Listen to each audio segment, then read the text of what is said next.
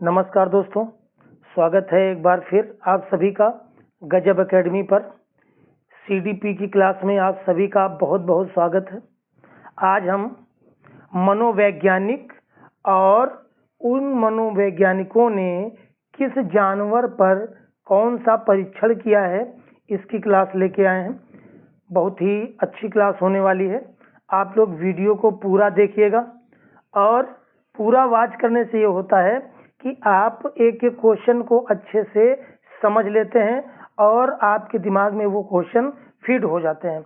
ऐसे आप ये निकाल कर पढ़ेंगे कि किस मनोवैज्ञानिक ने किस जानवर पे खोज की है, उसका सिद्धांत क्या है, उसी सभी का समावेश हम एक ही क्लास में आपको देने जा रहे हैं। तो आप लोग देखिएगा। और दोस्तों, अगर चैनल पर पहली बार आए हैं तो चैनल को सब्सक्राइब कर लीजिए।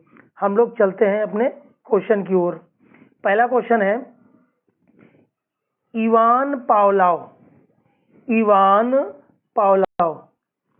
इवान पावलोव जो है, इनका सिद्धांत है, इवान पावलोव का सिद्धांत है शास्त्रीय अनुबंधन का सिद्धांत। इनके सिद्धांत का नाम क्या है? शास्त्रीय अनुबंधन का सिद्धांत। इनका सिद्धांत एक और है परंपरागत या प्राचीन अनुबंधन का सिद्धांत। क्या कह सकते हो? परंपरागत या प्राचीन अनुबंधन का सिद्धांत। ये बार बार क्वेश्चन जो रिलेट करते हैं, हर क्लास में अगर ये क्वेश्चन आता है तो इसको दोबारा फिर वहीं बता देते हैं ताकि आपके दिमाग में फीड हो जाए। तो इवान पावलोव जो हैं, इन्होंने शास्त्रीय अनुबंधन का सिद्धांत दिया और परंपरागत प्राचीन अनुबंधन का सिद्धांत दिया। तो इनके सिद्धांत ये जो हैं, शास्त्रीय अनुबंधन का सिद्धांत और परंपरागत प्राचीन अनुबंधन के सिद्धांत, बहुत इंपॉर्टेंट सिद्धांत हैं। इनको आपको अच्छे तरीके से पढ़ लेना चाहिए, देख लेना चाहिए। इवान पावलोव के बारे में थोड़ी जानकारी आपको दे देते हैं कि ये जो है, इन्होंने इस सिद्धांत का प्रतिपादन 1904 में किया था। 1904 में किया था और इनको चिकित्सा के क्षेत्र में पाचन संबंधी सिद्धांत के लिए, पाचन संबंधी सिद्धांत के लिए इनको नोबेल पुरस्कार मिला था। नोबेल पुरस्कार दिया गया था। अभी तक आपने क्या पढ़ा? इवान पावलोव जो हैं, इन्होंने 1904 में इनको चिकित्सा के क्षेत्र में और पाचन संबंधी सिद्धांत के लिए इनको जो है नोबेल पुरस्कार दिया गया था 1904 में। इनका सिद्धांत है शास्त्रीय अनुबंधन का सिद्धांत और परंपरागत प्राचीन अनुबंधन का सिद्धांत। इन्होंने जिस जानवर पर परीक्षण किया था उसका नाम है कुत्ता। यानी इन्होंने कुत्ते पर अपना परीक्षण किया था। परीक्षण में इन्होंने प्रयोग ये किया था कि घंटी बजाने के बाद भोजन दिया जाता था। कुछ समय बाद केवल घंटी सुनकर ही कुत्ते के मुंह में लार आ जाती थी। इन्होंने पहले परीक्षण ये किया कि पहले घंटी बजाई, उसके तुरंत बाद भोजन दे दिया कुत्ते को, फिर घंटी बजाई अगले दिन, फिर भोजन दे दिया कुत्ते को। ये प्रक्रिया लगातार कई दिनों तक ये करते रहे। उसके बाद इन्होंने किया ये कि अब ये केवल घंटी बजा रहे हैं, केवल घंटी ही बजाते हैं। जैसे ही घंटी बजाते हैं कुत्ते के मुंह में लार आ जाती है। क्या आ जाती है? लार आ जाती है। अब कुत्ते को ये पता हो गया था कि घंटी बजी तो भोजन मिलेगा और भोजन को देखकर लार आ जाती थी। तो अभी भोजन नहीं देख रहा हो और घंटी जैसे ही बजी तो उसके लार आ गई। ये सिद्धांत जो है, ये कुत्ते पर प्रयोग इवान पावलोव ने किया था। समझ गए होंगे आप। इसके बाद क्वेश्चन नंबर नेक्स्ट। इसके बाद नेक्स्ट क्वेश्चन है एडवर्ड थॉर्नडाइक। एडवर्ड थॉर्नडाइक जो हैं, इन्होंने प्रयत्न एवं त्रुटि का सिद्धांत दिया था 1874 में। 1874 में प्रयत्न एवं त्रुटि का सिद्धांत दिया था। इनको जो है थॉर्नडाइक को शिक्षा मनोविज्ञान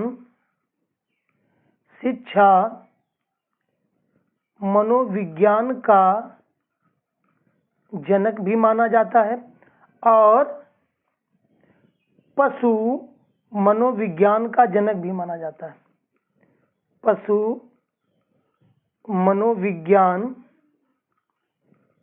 का जनक भी माना जाता है। यानी थॉर्नडाइक जो है, इन्होंने प्रयत्न एवं त्रुटि का सिद्धांत दिया 1874 में। इनको शिक्षा मनोविज्ञान का जनक माना जाता है और पशु मनोविज्ञान का भी जनक माना जाता है। इन्होंने जो परीक्षण किया वो भूखी बिल्ली पर किया। किस पर किया? भूखी बिल्ली पर इन्होंने प्रयोग किया। क्या किया कि बिल्ली को पजल बॉक्स में रखा गया। कई प्रयासों के बाद उसने लीवर दबाकर बाहर निकलना सीख लिया था। इन्होंने किया ये कि एक पिंजरा लिया, पजल बॉक्स, उसमें भूखी बिल्ली को बंद कर दिया। और जब भूखी बिल्ली को बंद कर दिया इस पिंजरे के अंदर, और उसके बाद थॉर्नडाइक ने क्या किया, भुनी हुई मछली का टुकड़ा पिंजरे के बाहर रख दिया। अब इस मछली की महक जब बिल्ली को मिली, मछली की महक जैसे ही बिल्ली को मिली तो बिल्ली उतावली हो गई, बहुत ज्यादा तेजी से परेशान हो गई, इधर उधर कूदने लगी, लड़ने लगी, उत्तेजित होने लगी कि कितनी जल्दी ये मछली का टुकड़ा हमको मिल जाए। कभी इधर हाथ मारती, कभी इधर पैर मारती, और ये करते करते बिल्ली का पंजा लीवर पर पड़ गया, यानी खटके पर। और खटके पर जैसे ही पड़ गया तो ये पिंजरा खुल गया। और जब भैया पिंजरा खुल जाएगा तो आप समझ सकते हैं बिल्ली क्या करेगी। बिल्ली आई और मछली के टुकड़े को निगल लिया, बड़े प्रेम से उसको खा लिया। उसके बाद थॉर्नडाइक ने कुछ दिनों तक बिल्ली को भूखा रखा। उसके बाद फिर वही काम किया, फिर बिल्ली को पिंजरे में बंद कर दिया और अब भुनी हुई मछली का टुकड़ा यहाँ पे रख दिया। जब इसकी महक फिर अंदर गई तो बिल्ली बिल्कुल उत्तेजित हो गई, लेकिन इस बार उसने ऐसा नहीं किया कैसा जैसे पिछली बार किया था। वो इधर उधर नहीं कूदी और उसने सीधा अटैक उसी खटके पर किया, यानी अपना पंजा उसी खटके पर मारा और बाहर निकली। बाहर निकलने के बाद आप समझ सकते हैं कि उसने क्या किया होगा, उसने मछली का काम तमाम कर दिया। तो आप ये समझो कि बिल्ली को ये सिखाया नहीं गया था और बिल्ली से ये धोखे में हुआ था। क्या इस खटके पर पहली बार तो धोखे में हुआ था ना कि खटके पर सही जगह पर पंजा लगा, लेकिन दूसरी बार उसने अभ्यास किया, प्रयास किया और बार बार अभ्यास करने के बाद ही बिल्ली सीख गई। उसको ये पता हो गया कि हमको किस जगह पे वार करना है। उसको पता चल गया कि यहाँ पर वार करेंगे तो हमको क्या खाने को मिलेगा, हमको मछली खाने को मिलेगा। यानी बार बार अभ्यास करने से ही सीखना होता है, ये बताना चाह रहे हैं थॉर्नडाइक। इसके बाद नेक्स्ट क्वेश्चन क्या है? Question number 3, Kohler. इसके बाद कोहलर देखते हैं। कोहलर ने क्या किया, किस जानवर पे दांव लगाया? देखिए, वोल्फगैंग कोहलर, इनका सिद्धांत है सूझ का सिद्धांत और इन्होंने दिया है गेस्टाल्टवाद का सिद्धांत। वाद का सिद्धांत, गेस्टाल्ट वाद का सिद्धांत दिया और समग्र वाद का सिद्धांत, यानी गेस्टाल्ट वाद का भी सिद्धांत और समग्र वाद का भी सिद्धांत दिया और इनका एक सूझ का सिद्धांत जैसा कि आप देख रहे हैं और पूर्णाकार वाद का भी सिद्धांत इन्होंने ही दिया है। पूर्णाकार वाद का सिद्धांत, तो जैसा कि आपने देखा कि वोल्फगैंग जो कोहलर हैं उनका सिद्धांत है सूझ का सिद्धांत एक, फिर उसके बाद गेस्टाल्ट वाद का सिद्धांत इन्होंने दिया, समग्र वाद का सिद्धांत भी इन्होंने दिया, पूर्णाकार वाद का सिद्धांत भी इन्होंने दिया। इन्होंने परीक्षण किया चिंपैंजी पे परीक्षण किया। चिंपैंजी ने बक्सों को जोड़कर ऊपर लटके केले को प्राप्त कर लिया, यानी एक बक्से में चिंपैंजी था बंदर और इन्होंने क्या किया, बक्से की जो छत होती है उसके ऊपर केलों को लटका दिया। अब यहाँ पर इन्होंने 3 बक्से इधर उधर बिखरा दिए, 3 बक्से। अब ये चिंपैंजी केलों को कैसे खाए, इतना लंबा तो है नहीं जो सीधे हाथ उठाएगा वो केले पकड़ लेगा। तो इन्होंने इस बंदर ने क्या किया, इन सभी बक्सों को उठाकर एक के ऊपर एक बक्सा रखता चला गया और उसके बाद आसानी से उसने केले को पकड़ लिया और केले पकड़ने के बाद उसने क्या किया होगा आप समझ रहे हैं वो क्या कर सकता है। तो ये है इनका परीक्षण चिंपैंजी पर और इसका नाम क्या है दिया था उन्होंने, सुल्तान नाम था चिंपैंजी बंदर का। उसके बाद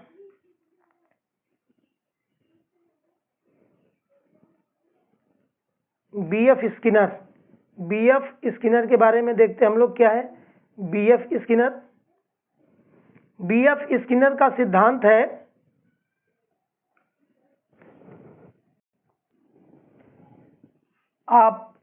ऑपरटेंट अनुबंधन का सिद्धांत। बीएफ स्किनर जो है इनके सिद्धांत का नाम है ऑपरटेंट अनुबंधन का सिद्धांत और संभावित पुनर्बलन का सिद्धांत। और कौन सा है, संभावित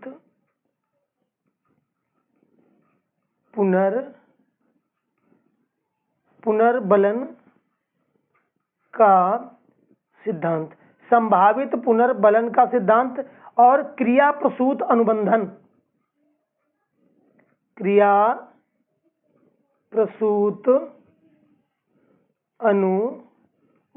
का सिद्धांत भी इन्होंने ही दिया था।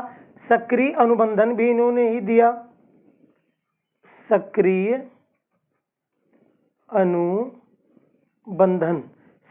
अनुबंधन का सिद्धांत भी इन्होंने ही दिया। और एक इनका बहुत फेमस है आरएस अनुबंधन सिद्धांत।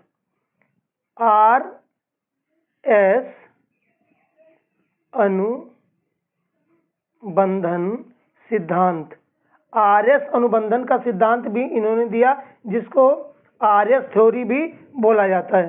तो इन्होंने जो है चूहे पर परीक्षण किया। स्किनर बॉक्स में लीवर दबाने पर चूहे को भोजन मिलता था, यानी चूहा जो है एक बॉक्स में चूहा बंद था और चूहा जब आगे बढ़ता था तो जैसे ही उसका पैर किसी एक स्लेट पे पड़ता था तो एक बल्ब जल जाता था। तो चूहे को 1-2 बार में ये पता चल गया कि यहाँ पर पैर रखने से बल्ब जल जाता है, यानी हमको दाना मिल जाता है। तो चूहा फिर ये चीज़ समझ गया था कि हम पैर रखेंगे तो हमको जो है दाना मिलेगा, यानी पैर रखेंगे तो दाना मिलेगा। तो यहीं पर पुनर्बलन होने का अनुभव हो जाता है। इसके बाद क्वेश्चन नेक्स्ट, बीएफ स्किनर। अब बीएफ स्किनर जो है इन्होंने कबूतर पर भी एक परीक्षण किया था। पुनर्बलन का सिद्धांत कबूतर पर इन्होंने परीक्षण जो किया था, कबूतर की चोंच मारने पर दाना देते थे कि अगर एक कोई ऐसे बॉक्स है तो कबूतर अगर दाहिनी तरफ चोंच मार रहा है तो एक दाना मिल रहा है, अगर वो घूम घूम के आ रहा है और बस इसी जगह पे चोंच मार रहा है दाहिनी तरफ तो एक दाना मिल रहा है। तो ये कबूतर को पता हो गया था कि अगर हम दाहिनी तरफ घूम के चाहे जहां से हैं, जब तक यहाँ नहीं चोंच मारेंगे तब तक दाना नहीं मिलने वाला है। तो ये कबूतर पर भी इनका एक प्रयोग था पुनर्बलन का सिद्धांत बीएफ स्किनर का। इसके बाद क्वेश्चन नंबर 6। क्वेश्चन नंबर 6 क्या कह रहा है? टालमैन यानी एडवर्ड टालमैन, देखिएगा एडवर्ड टालमैन जो है, इन्होंने संज्ञानात्मक अधिगम यानी चिन्ह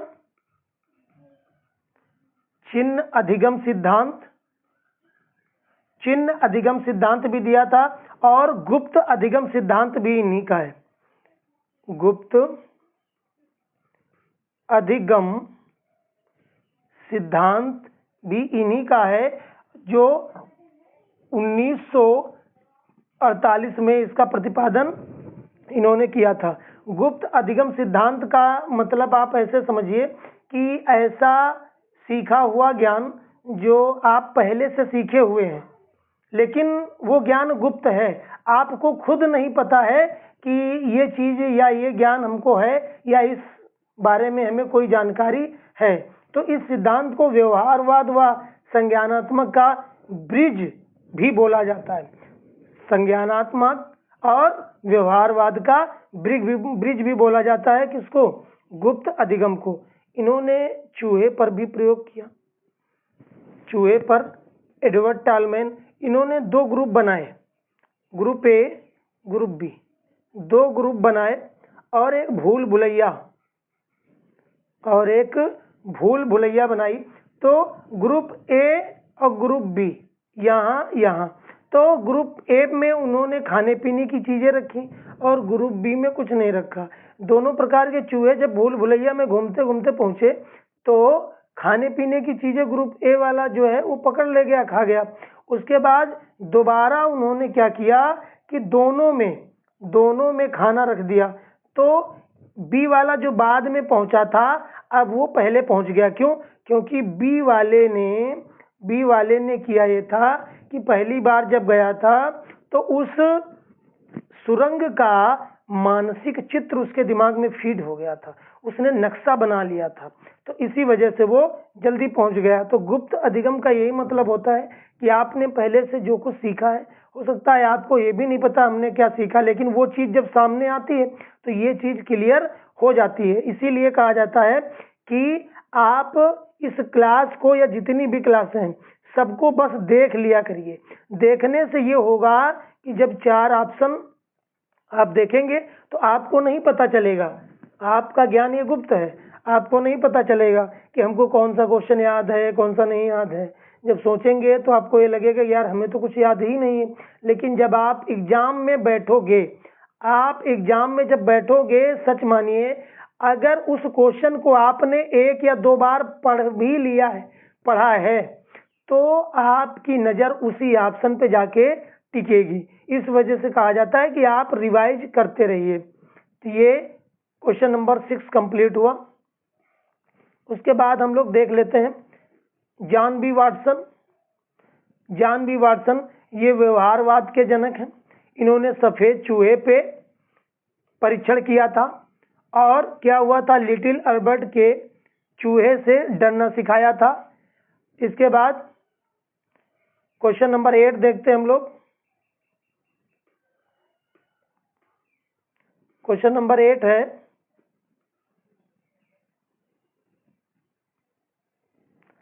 अर्नोल्ड गेजल जो है परिपक्वता का सिद्धांत इन्होंने दिया था। अर्नोल्ड गेजल जो है इन्होंने परिपक्वता का सिद्धांत दिया था और इन्होंने बंदर पर ही रिसर्च की थी, परीक्षण किया था। बंदरों के विकास और परिपक्वता का अध्ययन किया था अर्नोल्ड गेजल ने। जो ज्यादा इंपॉर्टेंट हैं उनको थोड़ा डीप में बताया है, बाकी आप इनके परीक्षण याद रखिए। एडवर्ड थॉर्नाइट, जैसा कि अभी बताया, प्रभाव का नियम, बिल्ली पर परीक्षण किया। सफल प्रतिक्रिया पर पुरस्कार मिलने से सीखना तेज हुआ। सफल प्रक्रिया यानी अगर सफल प्रक्रिया है, कोई काम आपने किया और आपको पुरस्कार दिया गया, इनाम दिया गया, तो इसी काम को आप जो है दोबारा बहुत अच्छी तरीके से करेंगे। इसके बाद नेक्स्ट क्वेश्चन, वोल्फगैंग कोहलर देखिए, समस्या समाधान द्वारा अधिगम, जैसे बताया चिंपैंजी पर, जिसका नाम क्या था, सुल्तान, डंडों को जोड़कर दूर रखे फल तक पहुंच गया, यानी समस्या समाधान का हल। छोटी छोटी डंडियां अगर उस बॉक्स में पड़ी थीं और उस चिंपैंजी ने क्या किया, ये डंडियों में छेद थे, तो इन डंडियों को जोड़कर सभी डंडियों से एक लंबी छड़ी बना ली, और जब लंबी छड़ी बन गई तो केले को आसानी से उतार लिया और उसके बाद केले का सेवन कर लिया। इसके बाद क्वेश्चन नंबर 11, एडवर्ड थॉर्नडाइक, अभ्यास का नियम, बिल्ली बार बार अभ्यास से प्रतिक्रिया मजबूत होती है। तो दोस्तों ये क्लास कैसी थी, आप कमेंट में जरूर बताइएगा। जितने भी पॉसिबल क्वेश्चन हो सकते थे, इम्पॉर्टेंट वाले जो परीक्षा की दृष्टि से बहुत ज़्यादा आवश्यक हैं, उन क्वेश्चनों को इसमें शामिल किया है। और आप रिवीजन करिए, एक दो बार देखिए, पढ़िए, और उसके बाद आपके दिमाग में ये सभी क्वेश्चन फीड हो जाएंगे। तो क्लास कैसी लगी आप कमेंट में बताइएगा। बहुत बहुत धन्यवाद, नमस्कार।